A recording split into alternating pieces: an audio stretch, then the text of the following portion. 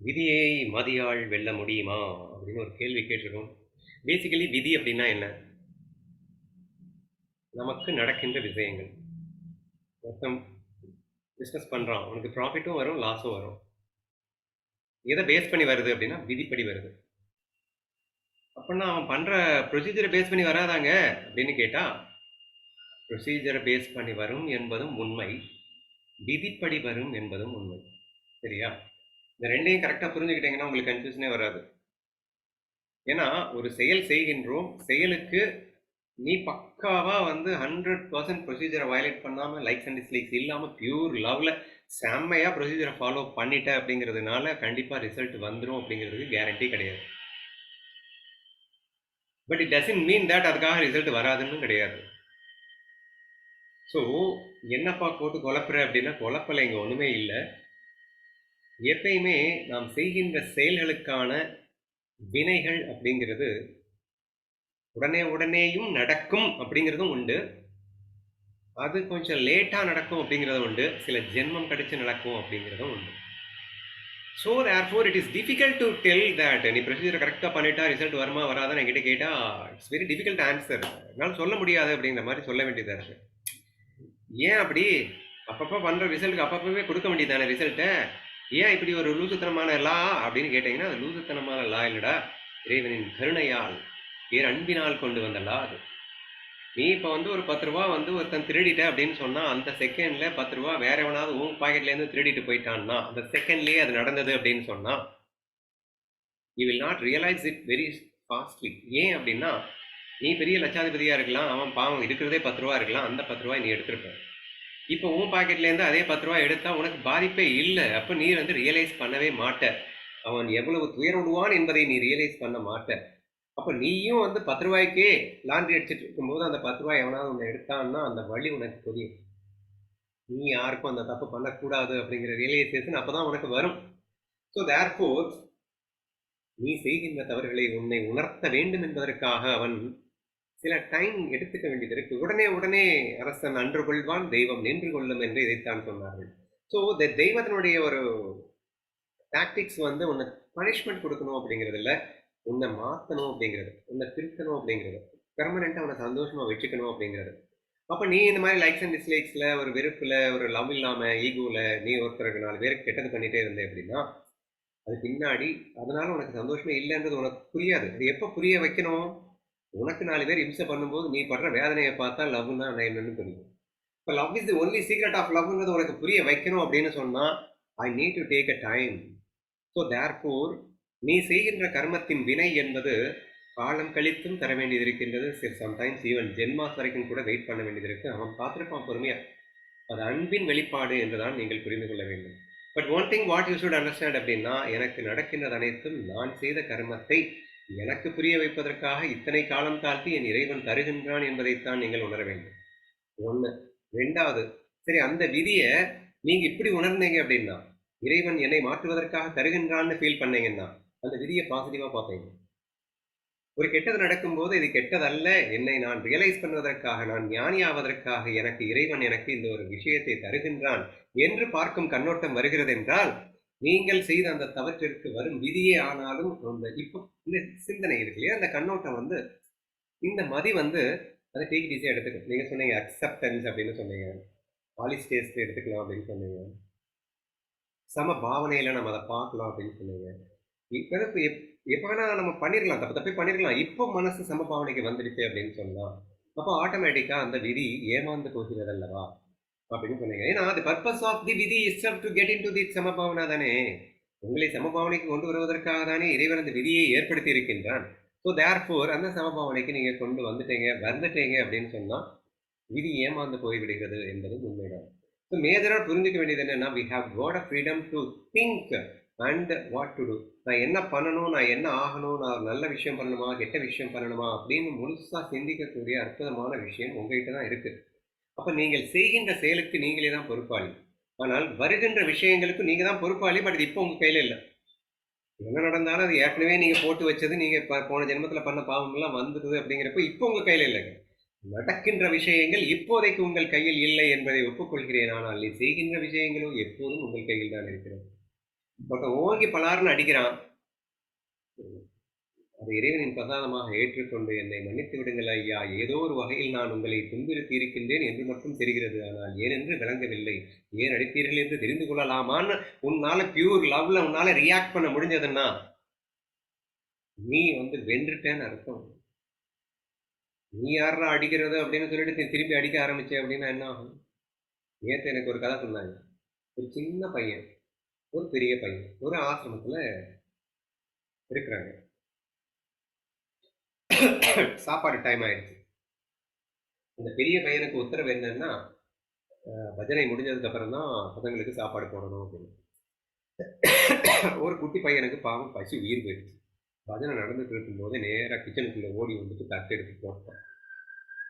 அந்த பெரிய பையன் இருக்கான்ல, அவன் டேய் இங்க பாரு, இதெல்லாம் நடக்கிற காரியம் இல்லை, நீ போனா அதை அவன் புடுங்க ட்ரை பண்றான். உடனே இவன் பசி வெறியில பாவம் கையில கடிச்சு வச்சிருக்கான். இவன் கையில கடிச்சு வச்சதும் அவனுக்கு என்ன ஆயிடுச்சுன்னு தெரியல, எட்டி விட்டான் ஒரு இங்கிருந்து அங்க போய் விழுந்தானா. அவன் விழுந்த நம்ம அந்த குட்டி பையனா இருந்தாலும் நாங்க என்ன சும்மாவா அப்படின்னு சொல்லிட்டு 2 பேரும் பெரிய சண்டை. அப்புறம் அங்க யாரோ ஒருத்தர் வேடிக்கை பார்த்து போயிருக்காங்க. அதாவது ஆசிரமத்துக்கு சம்மந்தம் இல்லாத இன்னொருத்தங்க, ஐயோ என்னமோ நடந்துகிட்டு இருக்கு உள்ள, வெளியில யாரும் இல்லை, இவ்வளவு பெரிய சண்டை நடக்குது அப்படின்னு சொல்லிட்டு 2 பேரையும் கண்ட்ரோல் பண்ண முடியல. என்ன பண்ணலான்னு யோசிச்சிருக்காங்க. கதவை திறந்து விட்டு முதல்ல வெளியில போங்க, வெளியில போயிட்டு சண்டை பண்ண முடியாதுல்ல அப்படின்னு வெளியில பத்தி விட்டாங்கன்னு வைங்களேன். So what is happening here actually, அந்த பையன் அதுக்கப்புறம் அவருடைய டீச்சர் கிட்ட போயிட்டு அவங்க 2 பேரையும் ஏதோ பிரச்சனை சால்வ் ஆயிடுச்சு. ஆனால் அந்த பையன் சொல்றானா, நான் மிதிச்சது தப்புன்னு நீங்க சொல்றீங்க, அவன் கடிச்சது மட்டும் ரைட்டா? So we are spoiling ourselves by thinking like this தாங்க. ஏண்டா அவன் கடிச்சது ரைட்டா தப்பா அப்படிங்கிறதெல்லாம் அப்புறம் இருக்கட்டும். Why you are thinking about the others, what they did is right or not, but what you did is right or not. எந்த குழந்தையும் பஜனைக்கு முன்னாடி சாப்பிடாம பார்த்துக்கோங்கன்னு உங்களுக்கு ரூல் கொடுத்தது வாசகம் தான். மீறி எவனாவது வந்தான்னா நீ ஹையர் டீச்சர்கிட்ட போயிட்டு கம்ப்ளைண்ட் பண்ணணும் தானே உனக்கு அறிவுறுத்தப்பட்டிருக்கு. எட்டி மிதிக்கலாம்னு உனக்கு யார் ரூல் போட்டாங்க? ஏண்டா நீ பண்ணது தப்பு தானே. ஆமாங்க, நான் பண்ணது தப்பாவே இருக்கட்டும், அவன் மட்டும் கடிக்கலாமா? ஆட லூசு பயலே, நீ பண்ண தப்பை மட்டும் ரியலைஸ் பண்றான்னு சொல்லிட்டு இருந்தா அவன் கடிக்கலாமான்னு கேட்டு இருந்தா இவனுக்கு எப்படிங்க புத்தி வரும்? So we are spoiling getting our self like this தான். அப்போ இங்கே என்ன புரிய வைக்க வேண்டியது இருக்கு? அவன் கடிச்சது ரைட்டு, ஏன்னா நீ அவனையோ கடிச்சு போய் தானே அவன் கடிச்சிருக்கான், அதை புரிஞ்சுக்கிட்டே அதை அக்செப்ட் பண்ணி தொலையன். So first we have to accept it. இப்போ நான் என்ன சொன்ன முதல்ல, ஓங்கி பலார்னு அடிச்சான்னா ஏதோ ஒரு வகையில் நான் உங்களை துன்புறுத்தி இருக்கிறேன், அதனால் தான் என்னை அடிக்கிறீர்கள் என்று புரிகிறது, சொல்லுங்கள்னு அன்போடு ரியாக்ட் பண்ணி பார்க்கலாமே. அந்த பையன் கடிச்சதும் அந்த பையனை பிடிச்சிக்கிட்டு, டே கண்ணா புரிஞ்சுக்கோ, நீ என்னை கடிக்காத, எனக்கு உத்தரவு சாப்பாடு போடக்கூடாதுன்னு, நீ இதையும் மீறி சாப்பிட்டேன்னா நான் டீச்சர்கிட்ட கம்ப்ளைண்ட் பண்ண வேண்டியது வரும் அப்படின்னு சொல்லு. அதையும் மீறி நீ என்ன வேணா பண்ணிக்கோன்னு சொல்லிட்டான்னா உன் டியூட்டி முடிஞ்சது, போய் கம்ப்ளைண்ட் பண்ணிட்டு போக வேண்டியதானே. இதுல எதுக்கு நீ எல்லாத்தையும் தலைமையில போட்டுக்கிட்டு இப்படி வாரி உன் கர்மாவை நீ ஏற்றிட்டு இருக்க? தெரியல. So this is the way we are getting spoil ourself. So இங்கே கர்மாவை யாரை ஏற்றிட்டு இருக்கா? கர்மா வந்தது வரட்டும், அதை நீ சம்பவனையே ஏற்றுக்கிட்டு நீ ஈஸியாக போயிருந்தேன்னா கர்மாவை நீ தீர்த்துக்கிட்டு இருக்கேன்னு அர்த்தம். அதை விட்டுட்டு நீ அடுத்தவனை குறை பார்த்துக்கிட்டே இருந்தேன்னா உன் கர்மா பெருகிட்டே இருக்கும். இதை யார் போய் எங்கே போய் கழிக்கிறது? இது நம்மளை யாராலையும் புரிஞ்சுக்க முடியாமல் ஒரு விஷயமா இருக்கு அப்படின்னு புரிஞ்சுக்கோங்க. So therefore as long as நம்ம பிரகாத் சொன்ன மாதிரி லைக்ஸ் அண்ட் டிஸ்லைக்ஸ்ல இருக்கிற வரைக்கும் நம்மளை யாரோ பிடிச்சி ஆட்டுற மாதிரியே ஃபீல் பண்ணிட்டு இருக்கீங்க. எல்லாம் அதாக சொல்லுவேங்கல்ல, நான் நல்லா இருக்கணும்னு தான் நினைச்சேங்க, என் சப்கான்சியஸ் உள்ள இருந்து அவனை ஒரு எத்தி விட்டுச்சா, அவன் அங்கே போய் விழுந்துட்டான்னா அதுக்கப்புறம் தான் எனக்கே தோணுச்சு தப்பு பண்ணிக்கணும் அப்படின்னு. இந்த மாதிரி டைலாக் எடுத்துக்கிட்டே போனோம்னா இதுக்கு தீர்வே கிடையாது. எங்க you have got all the control. You cannot cheat yourself by saying that my subconscious mind push பண்ணிடுச்சு, நான் ஜென்மமா வந்த விதம் என்ன இப்படி நடத்திக்கிச்சு. It's all outcome of likes and dislikes பா. இப்போ உங்ககிட்ட லைக்ஸ் அண்ட் டிஸ்லைக்ஸ் இல்லைன்னா நீ ஜென்மமா என்னதான் ஊறி போயிருந்தாலும் மாறிடும்ல. நீ தான் இப்ப தப்புன்னு ஃபீல் பண்ணிட்டே இல்ல, அவன் கடிச்சாலும் திருப்பி நம்ம அடிக்கக்கூடாதுன்னு ஃபீல் பண்ணிட்டே இல்ல. இப்பதான் ஈகோ இல்ல உனக்கு. உன் ஈகோ தானே இப்ப இந்த சின்ன பையன் என்ன கடிக்கிறதா, அதுதான் உன் ஈகோ தானே இங்க வேலை பார்த்துட்டு இருக்கு. தி moment when you destroy the ego, உன் சப்கான்சியஸ் என்ன ஒரு மண்ணு வேலை செய்யாது. So first try to understand this basic quality. You don't keep on saying that அது என்னமோ என்ன புஷ் பண்ணிட்டு இருக்கு. இப்போ கூட சொன்னாங்கல்ல மகாதேவி, அடிக்ஷன் யாரோ என்ன அடிமை படித்து வச்சிருக்காங்க. யாரோ எல்லாம் ஒன்றும் படுத்தலப்பா, ஈகோ தான் உன்னை அடிக்ஷன்ல வச்சிருக்கு. உன்னுடைய லைக்ஸ் அண்ட் டிஸ்லைக்ஸ் தான் அடிக்ஷன்ல வச்சிருக்கு. If you are able to realize the likes and dislikes is a foolishness and the ego is the 100% ஒரு முட்டாள்தனம்னு நீ ரியலைஸ் பண்ணினேன்னா ஈஸியா வெளியே வரலாம்ல. நீ இடித்து பிடிச்சி இந்த கிளிர் ஆட்டத்தை இறுக்கி பிடிச்சிக்கிட்டு நான் வரமாட்டேன்னு தொங்கிட்டு இருக்கிற மாதிரி தொங்கிட்டு அப்புறம் வந்து என்னத்தையோ வெளியிலேயே குறை சொல்லிட்டு இருக்கிற வரைக்கும் is impossible to change. So therefore விதியை மதியால் வெல்ல முடியுமா அப்படின்னு கேட்டா 100% முடியும், provided if you have the சமபாவனா நாலேஜ் இருந்தாலே முடியும். ரொம்ப பெரிய நாலேஜ்லாம் வேணாம், சாத்விக் நாலேஜ் இருந்தாலே முடியும், அக்செப்டன்ஸ் இருந்தாலே முடியும். விதியை கிரியேட் பண்ணவனே நீதான்னு புரிஞ்சுக்கிட்டு லவ்வை காட்டினேன்னா விதி எல்லாம் மாறி போயிடுங்க. இது ஒரு பெரிய விஷயமே இல்லை என்று தயவு செய்து புரிந்து கொள்ள முயற்சி செய்யுங்கள். ஓகேவா? இது ஃபார் பேசிக் பீப்புள்ஸ். அட்வான்ஸ் லெவலில் வேற சொல்லிட்டேங்க. சரணாகதி ரேஞ்சுக்கு போயிட்டேங்க அப்படின்னு சொன்னால் விதியாவது மண்ணாவது இந்த கர்ம வினை அப்படிங்கிறது பக்தர்கள் வாயிலேருந்து வரவே வராது தெரியுமா? என் தலை விதி அப்படின்னு சொன்னான்னா அவன் பேர் பக்தனே கிடையாது.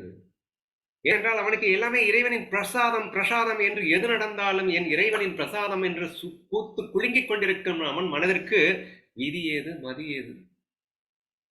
என்னை ஆட்டுவிப்பதை அவன் என்று நினைத்து விட்டான். ஆதலால் இவன் மதியையும் பயன்படுத்துவதில்லை.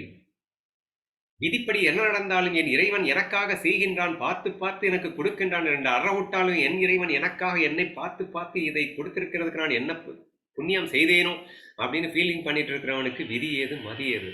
ஸோ அது வேற ரேஞ்ச். சரியா? If you are able to completely surrender to your guru or a god, விதி மதி எல்லாம் தூக்கி குப்பையில தான் போடணும். சரியா? அப்புறம் இன்னொன்று சொன்னீங்க, ஞான விஷயம். லேட்டர் நம்ம டிஸ்கஸ் பண்ணிட்டு இருக்கக்கூடிய ஒரு விஷயம், மாயை. மாயை, உலகமே மாயை. ஸோ ஈஸ்வரனும் மாயை, பக்தனும் மாயை, குருவும் மாயை, கர்மாவும் மாயை, பாவமும் மாயை, புண்ணியமும் மாயை, எல்லாம் மாயை. அப்பா இங்க எதுவுமே இல்லடா. Number 1. Number 2, I am reflecting like a மாயா. அங்க மாயைன்னு ஒண்ணுமே இல்லைன்னு புரிஞ்சுக்கோங்க. அல்லது பொய்யா இருக்கிறதுக்கு காரணமே நான் தான். நான் ஒருவனே தான் பொய்யாக உலகமாக மாயையாக இருந்து கொண்டிருக்கின்றேன் என்ற இந்த உண்மைகள் விளங்கிவிட்டால் நான் இருக்கின்ற ஸ்திதியோ பரபிரம்ம ஆனந்தத்தில் இருக்கின்றேன். ஆனால் உலகமோ மாயா. இந்த விதி, கர்ம, வினை இவைகள் எல்லாம் மாயைக்கு உட்பட்ட சட்டங்கள். நானோ மாயைக்கு அப்பாற்பட்டு இருக்கின்ற, மாயைக்கே ஒளி தடுகின்றவனாயிருக்கின்றேன். நான் எனக்கு ஏதுடா மாயைக்கு வசப்பட்டுள்ளதற்கு விதி எல்லாம் இருக்கு அப்படின்னா, நான் தான் மாயைக்கு வசப்படவில்லையே. மாயைக்கு ஒளி கொடுத்தவனே நானாக இருக்கின்ற என்னை இந்த விதியும் மதியும் என்ன செய்துவிட முடியும்?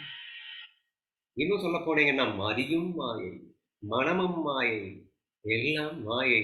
மாயைக்கு அதிபதியாக இருப்பவன் நான் என்று அந்த அற்ப ஸ்திதியை உணர்ந்து விட்டால் என்ன சொல்றது, அது வேற லெவல் அப்படின்னு வச்சுக்கோங்க. So will try all, and at least ஏதோ ஒரு வகையில் சந்தோஷமா இருக்க ட்ரை பண்ணுவோம்.